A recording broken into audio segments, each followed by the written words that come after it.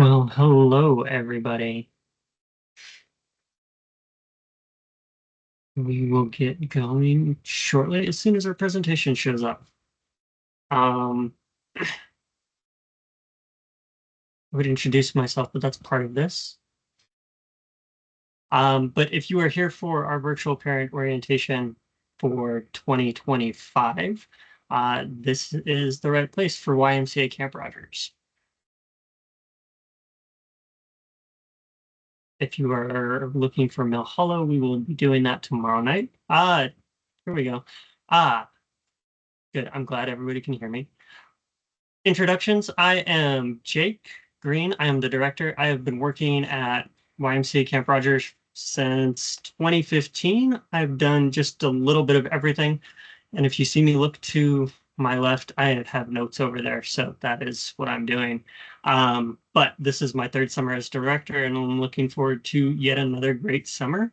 I was a Y kid growing up. I played sports for the YMCA in Cypress, Texas growing up. And while I never went to camp as a kid, Camp Roger was a place where my dad got to go to camp as a kid on scholarship back in the 70s and brought me there later on in life. But this is kind of where the magic happens. Um, oh, apologies. Yes. So this is an image from our parking space. You can see Moose Mountain, and these are some of our incredible rising stars from a few years ago in the field doing an activity or a connection activity. And then we've got a nice little map of camp. You can get kind of oriented if you take a look at that later. And then that image on the right is our amphitheater where we do our opening campfire Sunday evenings and where we will meet all of you guys, the parents anyways, on Fridays during checkout.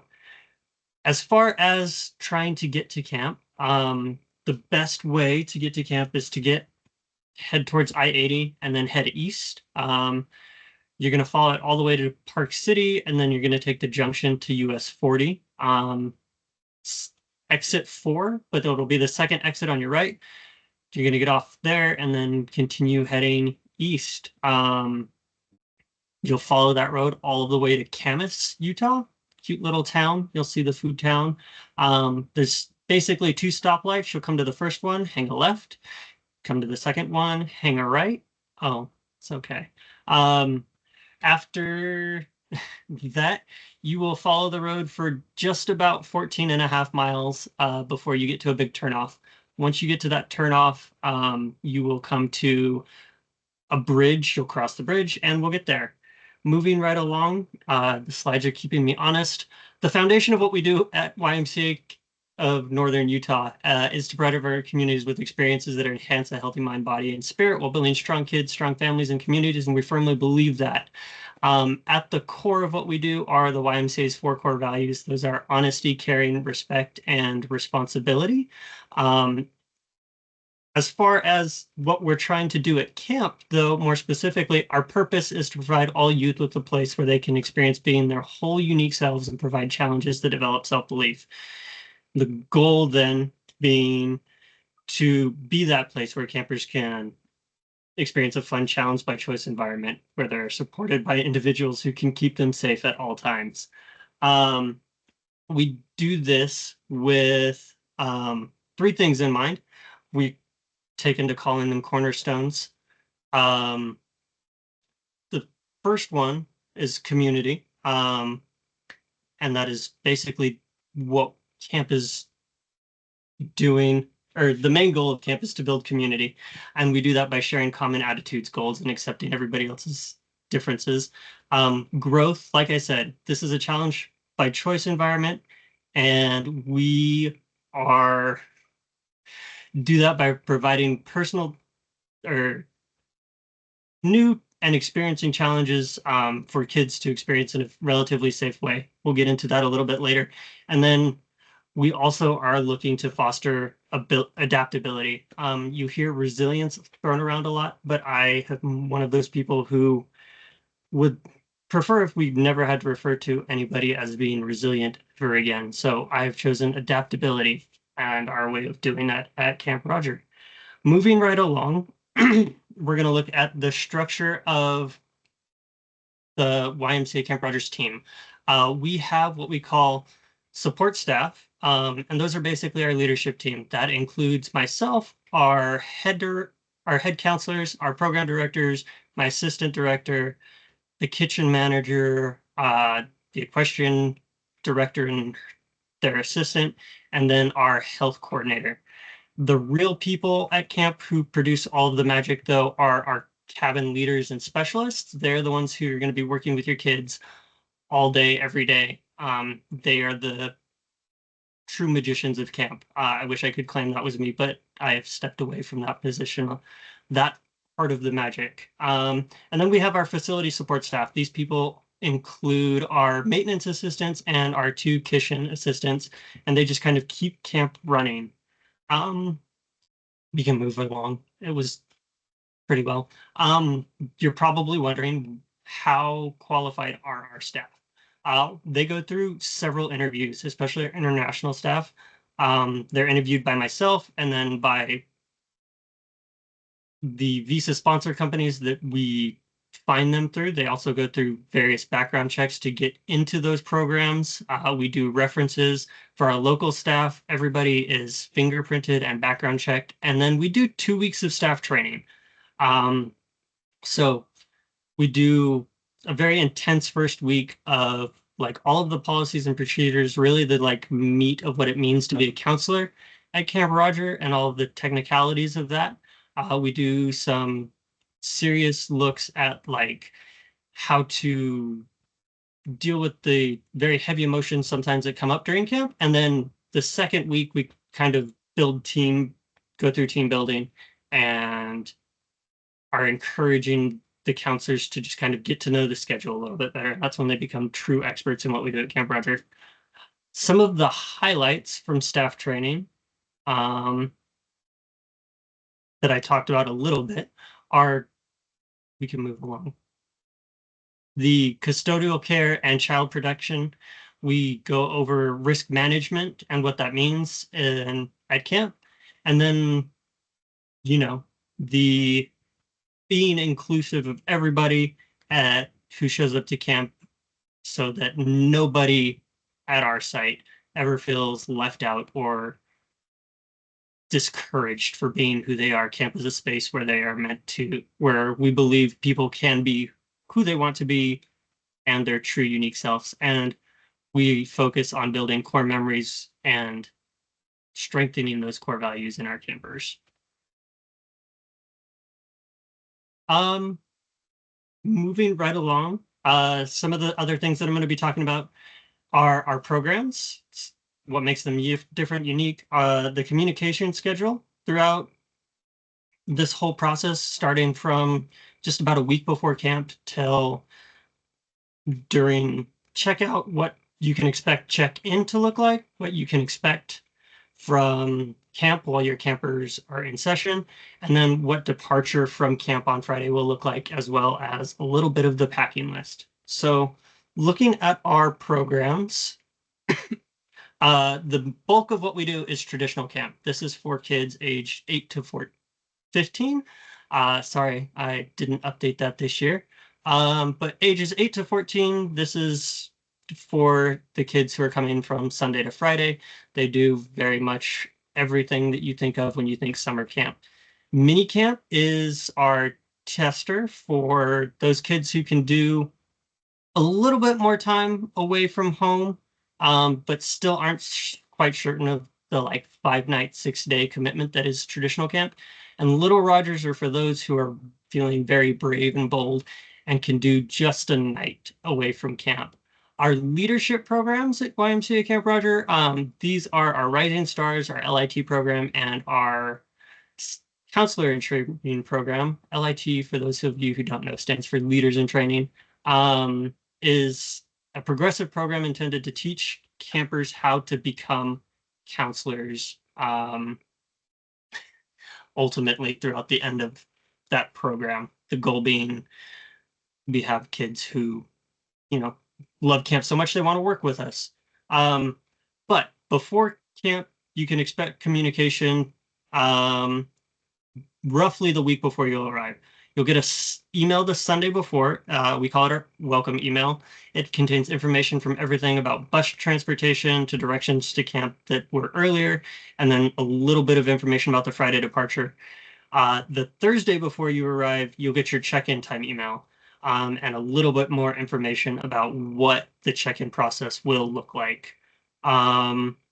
If you have questions, please feel free to email me. You can see my email address there, or you can connect with the Welcome Desk team at that link. As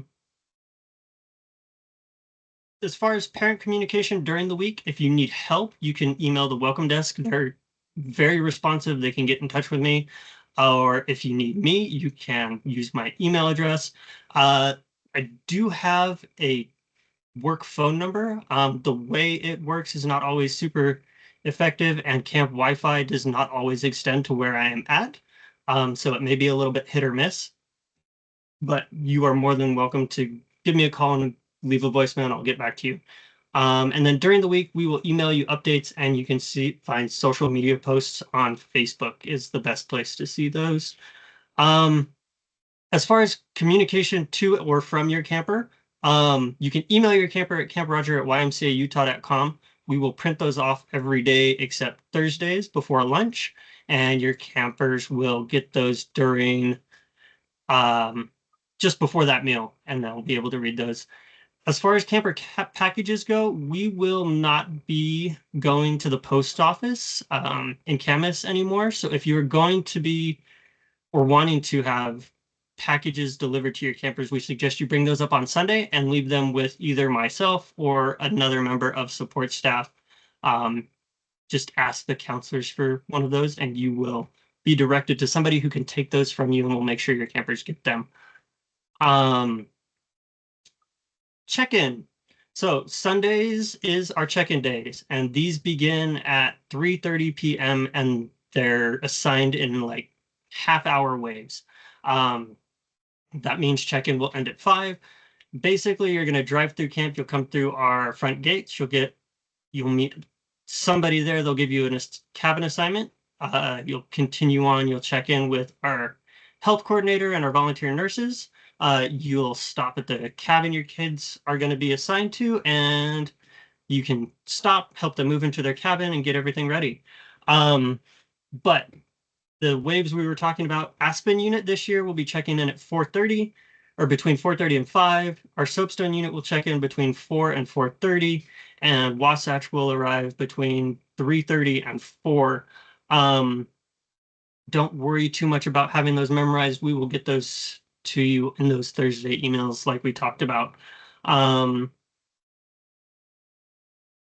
If you should want to stop, don't worry about it. We will find a place for you to park, and you can take your time. There's no rush despite the drive-through method. Looking at our schedule this year, you can see this is exactly what our counselors get every Sunday. That follows pretty much to a T what we're going to be doing.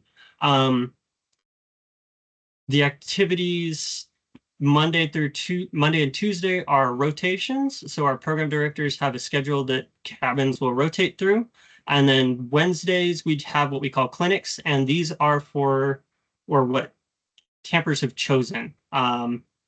We will give kids the option during Tuesday morning to sign up for an activity, sign up for activities that happen Wednesday, and they get to participate in all of those on Wednesday. These are also when campers can earn dog tags.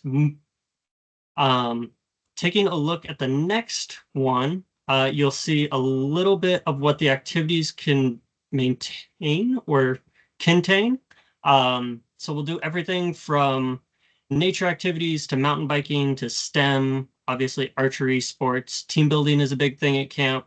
And you can see this is basically what our counselors look at to get your kids from activity to activity.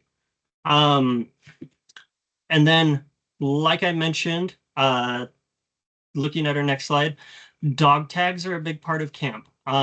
It's how we kind of monitor campers' progression through activities. So during those clinics, from year to year or from session to session, if your camper is coming for multiple weeks, they can earn different dog tags for different activities based on how well they're able to meet the certain requirements. You'll see kids with collections of these for um, that they've had for 5+ years. And once campers get to 5 years, they start getting year dog tags. And if they have not received them, you will get them later this year. We just placed that order. Another program that I'm going to talk about just a little bit this year is the Raggers program. And Raggers is a worldwide program that various YMCA camps from around the world participate in. And Raggers is really a program that is focused on mentorship and goal setting more than anything else. Participation is something that campers, we encourage them to use their discretion. It's for them to do. And we don't push anybody into this program. It's really to help kids and staff grow into themselves and participate in the wider community, both inside and out of camp. At YMCA Camp Roger, we are very big believers in the idea that raggers, or becoming a ragger, is more than just participating in an activity. It's a choice made to better yourself. It's a program where we further create a judgment-free support system for our staff and our campers, and it's meant to support anybody who chooses to take on the challenges of the rags as they go through the world. You guys have been asking about helmets. While at Camp Roger, health and safety is a big priority. So if your camper is participating in mountain biking or horseback rides, we do have helmets for them to ride or to use, and they have to wear those, and our staff have to wear those as well. Campers are asked to move in groups of 3. We call this a truddy. This is a child protection thing that's become big in the camping industry. I know sometimes trying to find 2 friends is not always the easiest thing, but it does keep everybody a little bit safer. We also make sure all of our staff are first aid and CPR trained, and we will do our best to provide quality care if your camper gets sick. Our health coordinator is a former CNA. I believe she might still have that certification. But we do have a volunteered nurse on site every week, or nurses, and they will help us make determinations on if campers are well enough to continue, or if we need you to pick them up. You'll hear from probably those people as opposed to from myself. And while our staff are trained to, handle minor cuts and bruises, if something serious happens, we will contact you immediately via phone, or you'll hear from the health coordinator, and you can see that we have an email address for them that is healthcr@ymcautah.org. So make sure that that is something that they can, or you'll see it, you need it. Special diets, this is another question that we get a lot. We do everything we can to accommodate special dietary requirements for campers and staff. It is not uncommon for our staff to be vegetarian, gluten-free, or any of the various dietary restrictions that you may encounter in the world. So our kitchen staff are very well handled, or very well, words are hard, I'm blanking, but don't worry, we'll be able to make sure your camper has something to eat. And we can let this go to the next slide. Thinking next, our kind of biggest point of interest is missing home or homesickness. We do our best not to call it homesickness, because as soon as kids hear that word subconsciously, all of the stomach things and physiological responses start to happen. But it is very much a common thing. And we do our best to make sure that if a camper is experiencing missing home, that it stays within the growth zone. And if we start to be concerned that it is in that stress zone where they're overwhelmed or having difficulties, you will hear from me, and we'll try and work with you to come up with a process that's going to help them make it through the week, because we'll do our best. But quite frankly, sometimes camp is just not the space. Next, this is going backwards a little bit, but this is a sample of our menu. You can find this online. Several of these things are kind of just, this is what we have every week. We do pizza and potato wedges on Sundays. We do a spaghetti night every Monday. Cookout breakfast happens Tuesday. We do a barbecue dinner on Tuesday night. This needs to be updated, I'm just noticing, but it's okay. Our cookout dinner happens on Thursday. And we do what we call breakfast on the porch on Fridays. And before kids leave, there's a chicken nugget and fries meal that we love to look forward to. Looking at next, another big question that we get quite frequently is, will we have the capacity for special and emotional physical needs, that kind of thing that come up for kids? We make every effort to serve all of the campers in every capacity. That being said, some things are beyond our capabilities and our ability to train staff. We will do our best to insist that campers with those kinds of needs are brought to my attention at the very least, so I can make a judgment call, or you can get in touch with Ben, my supervisor. He's been answering questions. But communicate these things on the camper info sheets that you filled out during registration. If there is anything like that that we need to be aware of, please let us know. And it could be something relatively innocuous, but you never know what's going to show up at camp. And you can rest assured that only the staff that need to know these things are going to know these things about your campers. We don't share things outside of that kind of need to know basis. And then when it comes to packing to camp, think sleep system. You're probably going to want sheets. Our beds are full size. Definitely in the earlier weeks or sessions, bring a sleeping bag, because it's going to be a little bit colder in the evenings. It's always a little bit colder in the evenings at camp. You're definitely going to want a pillow. Pack layers. And again, like, the temperatures in the mountains just kind of vary widely. You're going to want 2 pairs of shoes for your kids. You never know what the weather's going to be like in the mountains. Some years we see rain consistently in the afternoons. Others we don't see it so much. And then shower shoes are a big thing. Make sure you've got sun and bug protection.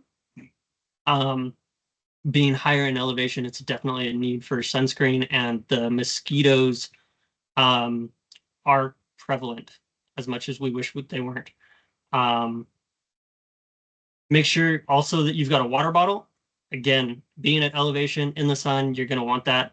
Flashlight can be key as well, because again, we're a little bit removed from the city lights, and for some of our campers, this is very much the first time that they are away from that.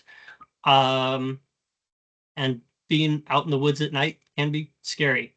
Toiletries are important, and honestly, I encourage comfort items. Stuffed animals are a big thing. If your camper likes to journal, let them bring that. Books. I know we say we're a tech-free camp, but if it's an e-reader, that's totally okay as well. Fidgets are a good thing to have. We keep a small box of them in the director's cabin, but if your camper has one specifically that they enjoy, bring that. And then don't forget medications. Those can be critical for a camper's success in the weeks. And for more of these, you can find more information in the parent handbook that's been shared in the chat. Looking next, we're going to be talking about what Friday departure looks like. So Friday pickup, we are going to be having our closing ceremonies at 4:15 p.m. Um, that means our front gates are going to open up. We'll get everybody parked and kind of situated before 4:15. At 4:15, we'll start our closing ceremony, and theoretically, everybody should be heading out of camp by 5:30 at the latest. But as for what you can expect during our closing ceremonies, we have a very brief, about 35, maybe 45-minute overview of the week. We give out a few value camper awards based on camper choice, and we give out the golden dog tag to the winning cabin for the week. You'll hear a few closing remarks from myself or another member of our support staff team, and then you'll be heading out. Our corral staff will assist you in finding a location to park, or a member, or not a member, one of our leadership campers. We do have the option for bus transportation, and that is one of those things that you can sign up for as well. And we'll say this during checkout, but we want to make sure that you guys check for lost and found as well. And then our last little bit of information on behalf of our welcome desk, I'm going to go over some of our little details. Payment is going to be due 2 weeks prior to the session start.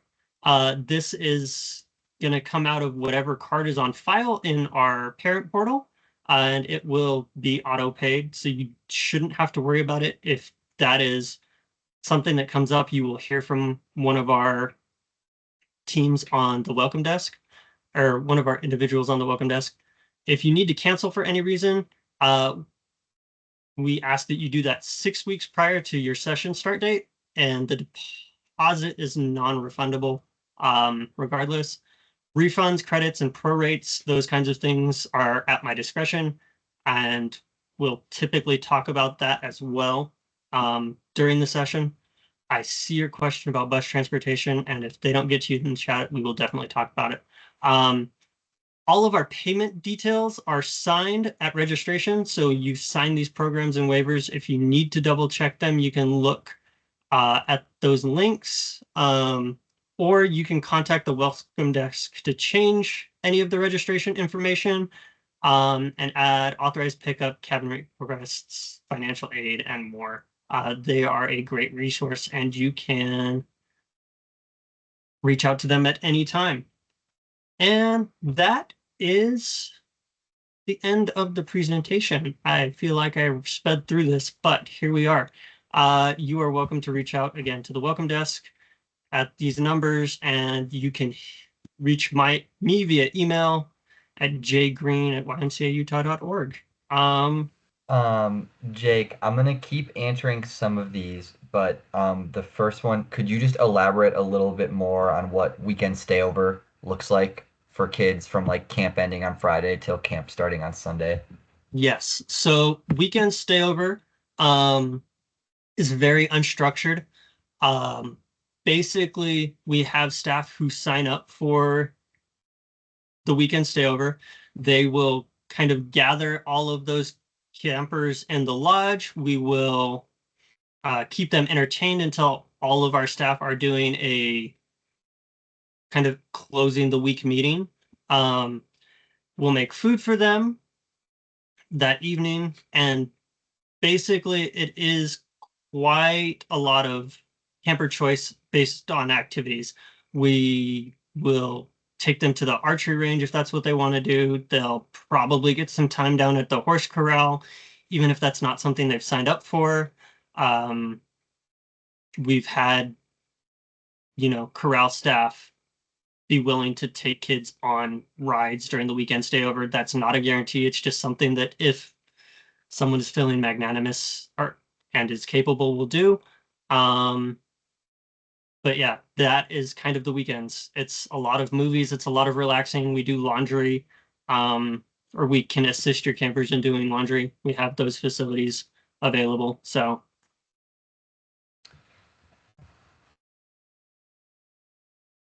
And then Jake, while I keep working on some in the chat, would you want to kind of talk about how maybe the different cabins and like age groups will see each other at different points, like cabin activities versus camper choice versus all camp? Yes. So there are, let's see, I'm going to pull up my schedule or the example of the schedule just to talk about this a little more clarity. There's sections throughout the day where interactions will happen. Like during meals, there's that cross connectivity. There's free time just before dinner, Monday, Tuesday, and Friday. Um, Thursdays, once everybody kind of gets back from the pool or the Moose Mountain hike, there's a lot of free time where campers will connect and play in the field. Um, and things like that. The unit time is a little bit different. That's more age range focused, and those happen every day, and those are in various ranges or activities. So somebody asked, "What is Chirple?" One of those activities is Chirple, and it's basically a place where we talk about the four core values: caring, honesty, respect, and responsibility, um, in an age appropriate manner.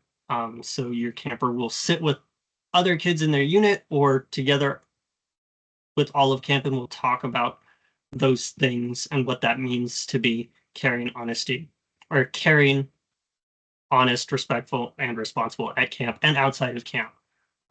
So that is kind of the biggest ways that those interactions will happen.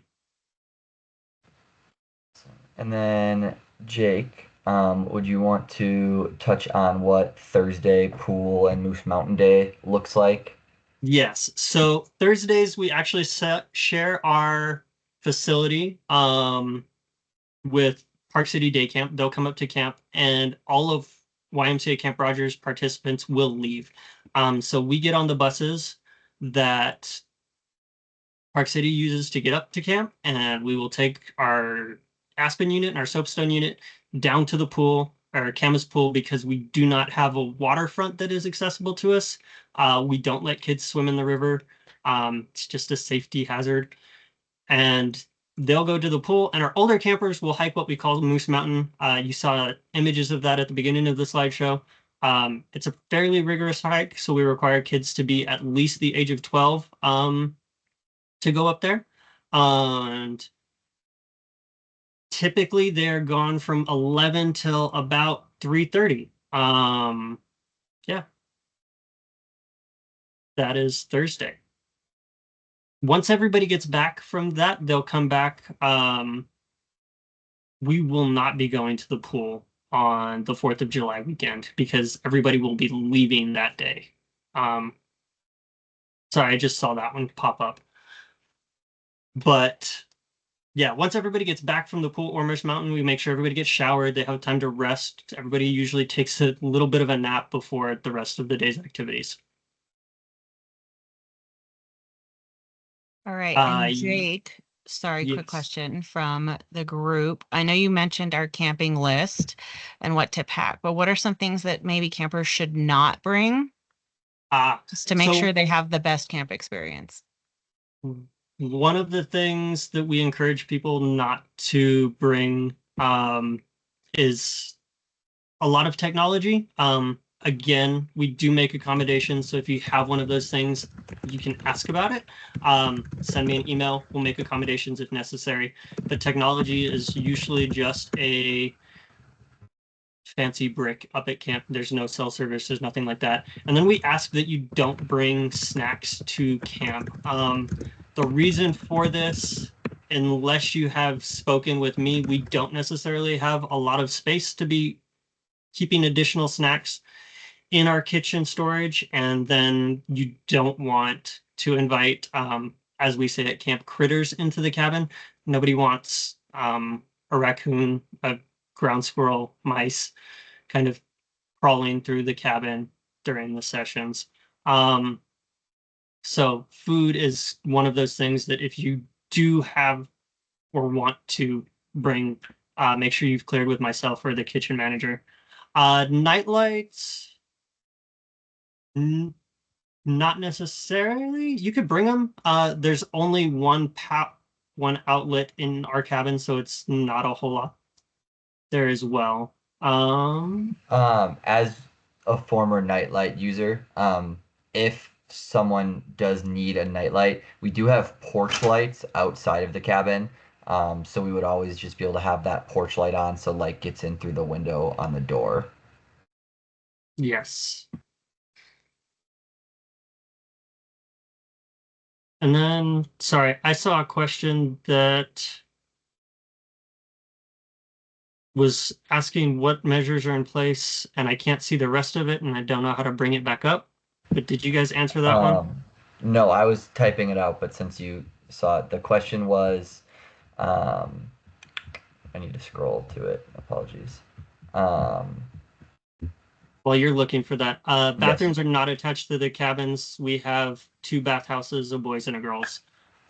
And then what measures are in place to prevent, manage, and respond to interactions between girls and boys that may cross the safety line?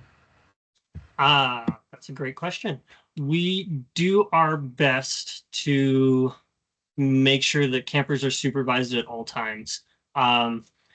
Campers, we have a supervision ratio of approximately 1 to 5. It's sometimes a little bit higher than that, depending on how many counselors are in a cabin as opposed to specialists. But there are very few chances where campers are going to be alone with members of the opposite gender. But when those things do happen, that usually results in a conversation, and you are made aware of what was said or what happened. We take those very seriously, and you will be contacted, and what happens next kind of will follow from there.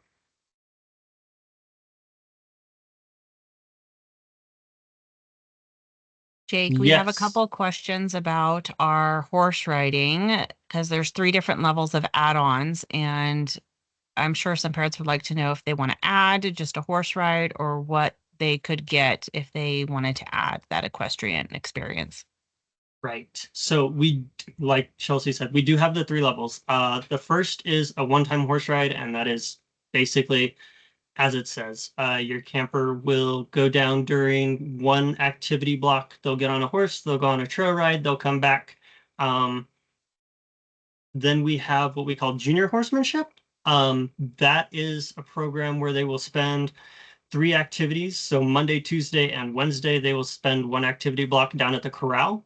And they will get a little bit more instruction on what they're doing. And that's kind of up to our equestrian director to decide.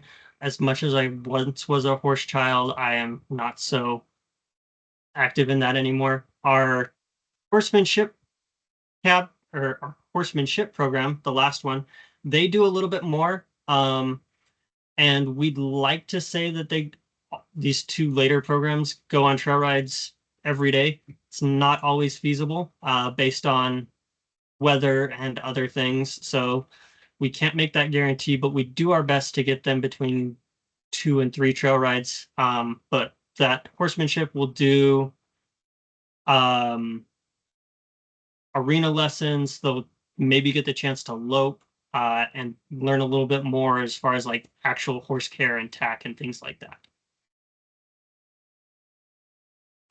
Leslie, we do not have a planned orientation, but you should have received an email from me a little bit ago on the LIT program. If you didn't, I will go back and double check and make sure you have.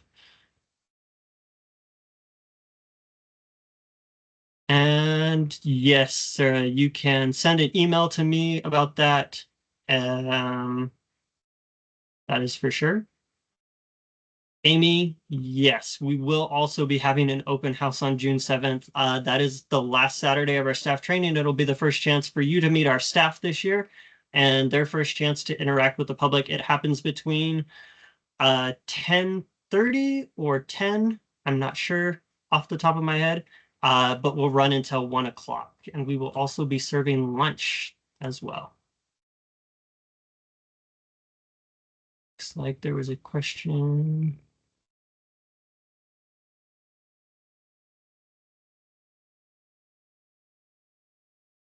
In the Q&A. Yes, for the restroom at night, if a camper does need to use the bathroom at night, they will, wake up and then, they would let their counselor know, like, hey, use the bathroom, and their counselor would make sure whether it's waking up another camper or two other campers, but more often than not, the counselor just gets up and goes with two additional counselors to go to the bathroom. But yeah, they have to follow that same rule, whether it's going to the bathroom during lunch or going to the bathroom in the morning. And then Ben, can I pass that one question from the Q&A to you? I could answer it, but I feel like it has greater authority coming from you, sir. Which one are you?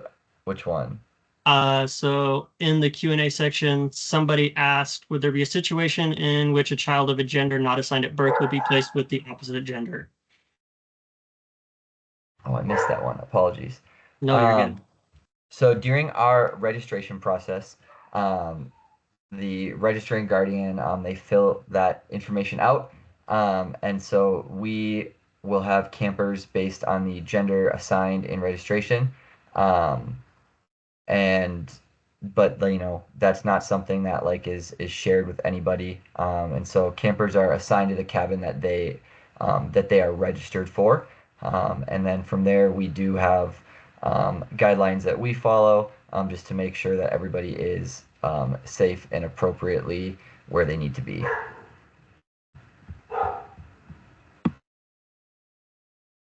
I see a lot of questions about mini campers, so that's 6 to 8-year-old range interacting with the older campers. I will just answer that this way.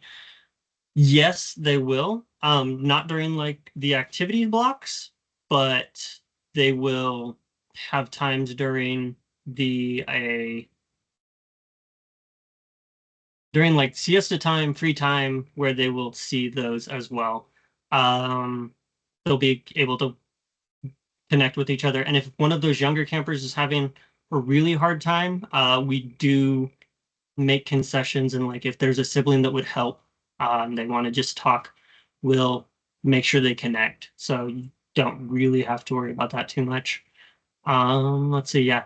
2 counselors in all of our cabins with 10 kids in each. And as far as sleeping arrangements, those counselors should be sleeping by the front of the cabin during the night. So if anybody gets up to go, they're able to wake up and be aware of what's going on. So.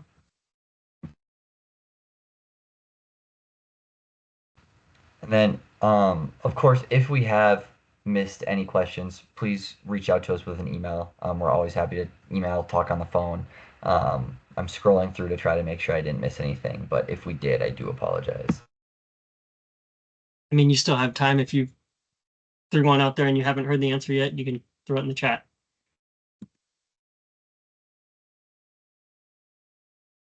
And then you could bring your own mountain biking helmet, or their own.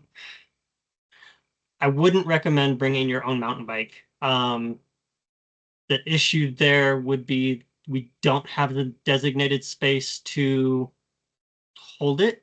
And then just the issues of property and what is shared and what is not becomes really complicated in that space. The themes for every week, those are really just a storyline we introduce on Sunday, and it runs through until about Wednesday evening. We have counselors dress up as different characters from the given theme, and typically there are plot points kind of throughout the week that will happen from week to week. Items go missing, campers have to find them. Things get stolen from the lodge, campers have to find them. So It's nothing that will make or break an experience. It's just a little detail to keep things different. Um, And then for the question, are campers grouped by age or grade level for cabins? So when we do our cabin assignments, we take the whole roster for the week and we start to break it down by that gender, age, and grade. And so we look at both their grade and their age to make sure that as a group is put together, they're both like, around the same age, but also taking into account things like there is a difference between being a sixth grader and an eighth grader that might seem more significant than being 13 versus 14. So we look at both factors when we're doing it.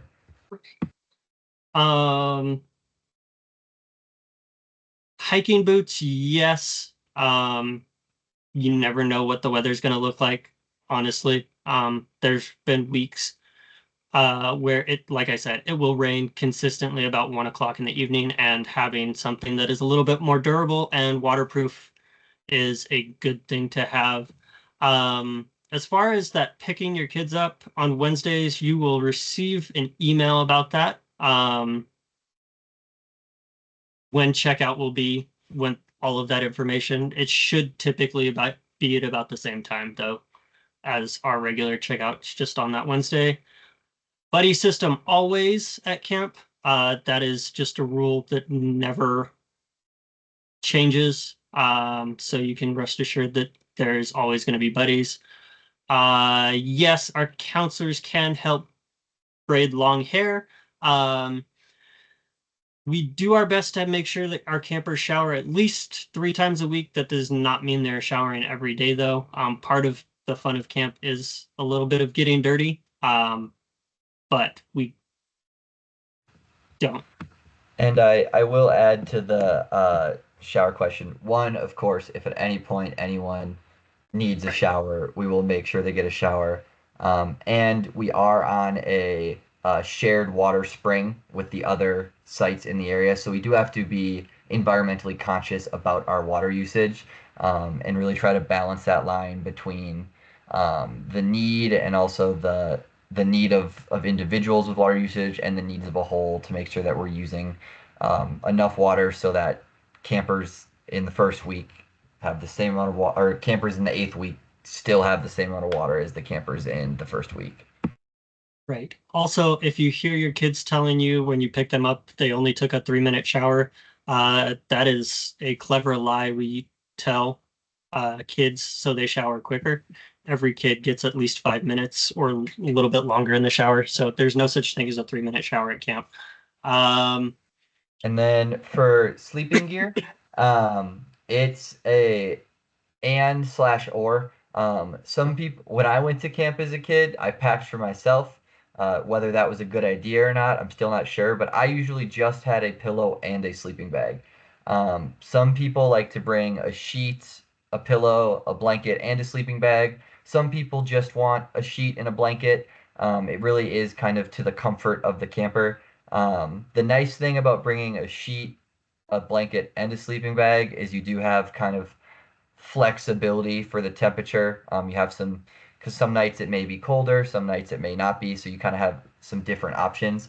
But it is really, there's not like a one as the correct answer for what type of sleeping uh, things they should bring.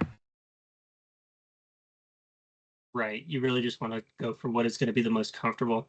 Um, I would say yes to your question about 2 towels, one for showers and one for swimming. And then yes, same for the shoes, Chelsea.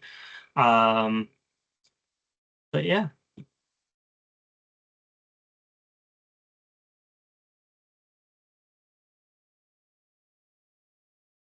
Thank you all so much for being here. And like Chelsea said, we are still going to stick around. But if you guys have other places to go, places to be this evening, uh, go do that. And thank you so much for joining us. Can't wait to see you here.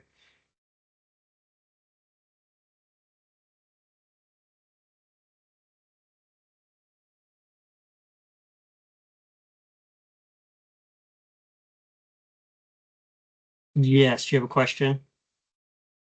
I see a hand raised. Cinda?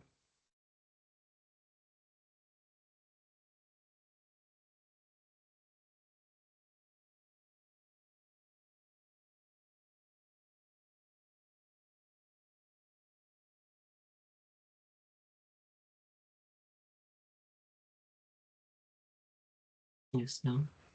Yes, Laura, there will be a packing list. It also is in the camp information packet, but we'll make sure that there are plenty of times that that is presented to assist in the packing for camp.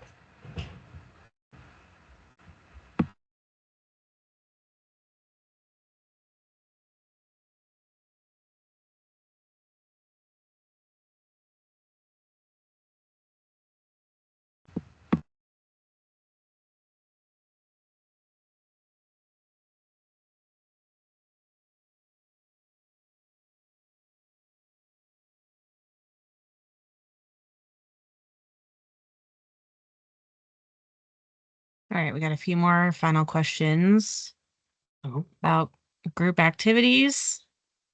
Do they have to do all the same activities or can they change? Um,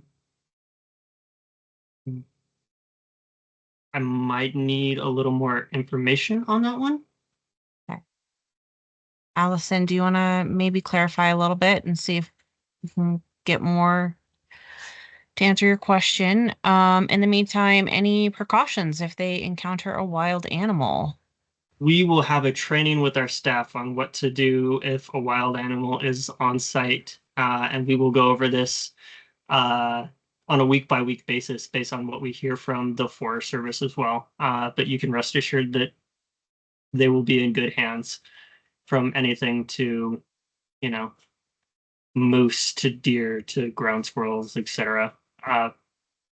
There are very few and far between in the 10 years that I've been up at camp. I think there's been reports in one summer, so don't worry about that. The most wild thing they'll probably encounter are the moose. Okay. Allison did clarify her question. So basically, since we run with the rule of three, what she's saying is the three that they're with, do they have to do all the same activity? My guess is no, you're not assigned to the same three kids the whole time. You just need to make sure you're with three people. You're making sure you're with three people, and typically those three people are from your cabin, so you will be going from activity to activity with them. The day that will change will be that Wednesday when they do clinics, which is the camper choice, which the kids have signed up for.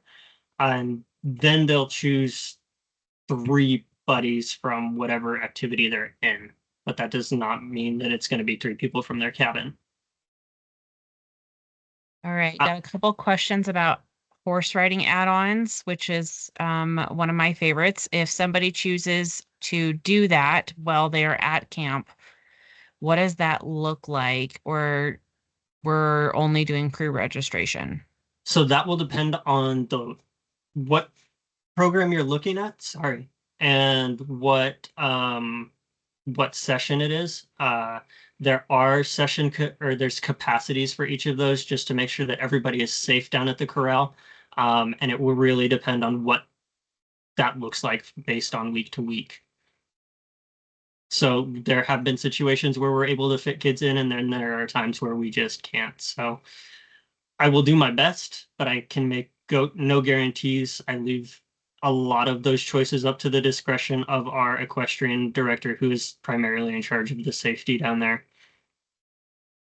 And as your customer service spokesperson on the phone call, I do recommend you register before you get to camp, but we know sometimes kids change. So always, Jake will reach out to you before they put them on a horse to make Yes. sure you're okay with it and get you all signed up for that. And we'll also let you know if your camper is signed up for horses and they decide that that's just not for them. We will reach out to you to see how you want to proceed with that as well. And then maybe just to expand a little more on the weekend stayovers, um, the a huge reason that we do offer that is because we do recognize that camp is located quite a bit away from most of the communities that people are coming from, and if your camper is going for 2 weeks, saves a good chunk of time on your end to not have to drive up on Friday and right away again on Sunday. um, and it's definitely kind of geared towards the kids, because a week of camp is exhausting, and so we don't want to then run them through fully scheduled out day on Saturday and then, have them even more tired because, we do need to rest and recuperate to be ready for the next week. And so that's what Jake alluded to, where, depending on the weather and how the kids are feeling, the counselors who are on duty for weekend stay over will really work with them to kind of hit what they want to do with the weekend. Maybe there was an activity that they all really enjoyed that they want to do again. On the converse, maybe they didn't get to do archery as much as they wanted to, so they might get to go down and do archery. But the counselors just really work with the group. We have it capped at a lower number of campers, so that way there is that ability to have that more personal interaction and make sure we keep them engaged while also making sure they're getting their laundry done, that they're getting fed, they're getting rested, and everything like that. Right. And then for whoever it was asking about the Little Roger program, it is really just an experience for those kids to come up for a night. It is very unstructured, but highly supervised. We typically will, after those kids show up to camp, we'll make sure they're, you know, having a chance to settle in, relax, get to know one another. You'll frequently find them playing with the sand in this volleyball pit. We take them to do a hike we typically take them to do a hike that we call Teeter Totter, and it's just a little east of camp. There used to be a teeter totter there. Now it's just campsites, but we'll take them on a pretty easy hike off site, get them out into the world. They'll play with the other cabin of their gender, getting time. We typically try and have them do arts and crafts, things like that. And they're usually in bed before a lot of the like camp celebration stuff happens, but they also get to participate in our cookout dinner with the Aspen unit. So we'll make sure they're fed. They get the same thing, same kind of experience that everybody else does. And then they leave with everybody else on Friday. And maybe to just uh, offer maybe a different vantage of the view, it's really not unstructured. It's more structured towards that specific Right. age range. A 12-year-old can go, go, go for 5 days in a row, but our smaller friends definitely need a little more time in between activities. Maybe a little lower energy consumption, like a smaller hike to Teeter Totter versus the longer Moose Mountain hike. And so we're really gearing that towards them to give them that one night stay over because when you're 5 or 6, you maybe haven't ever slept away from home or a close family member or friend's house, and so it's really supposed to just be that camp experience for one night so that they can get a taste of it, they can understand it, but then they're not getting thrown into 3 nights or 5 nights right away. Right.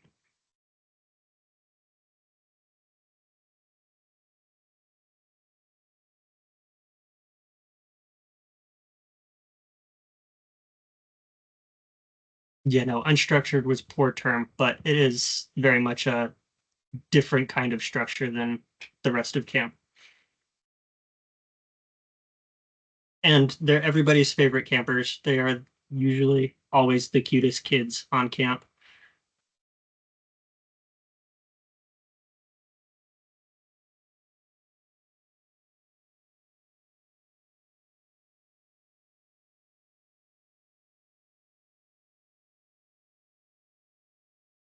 Yes, Alan. Those are cabin mate requests, and we ask for you to fill those out during registration. If you don't recall doing that, you can check those in the parent portal, and if you need help getting those signed up, we can do that for you with the welcome desk, just like Chelsea said. And we do our best to honor those to make sure that everybody, ends up with a friend if they have one at camp. As much as camp is about making new friends, having somebody that you know can make a world of difference. It is about 20 minutes, and it is um, the pool at South Summit High School in Camas. Tim.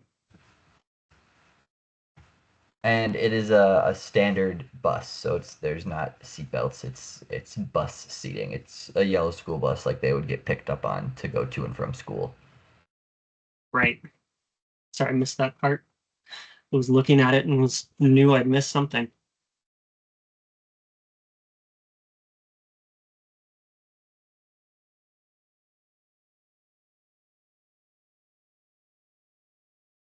All right, that kind of ends our meeting today. Thank you all for joining us.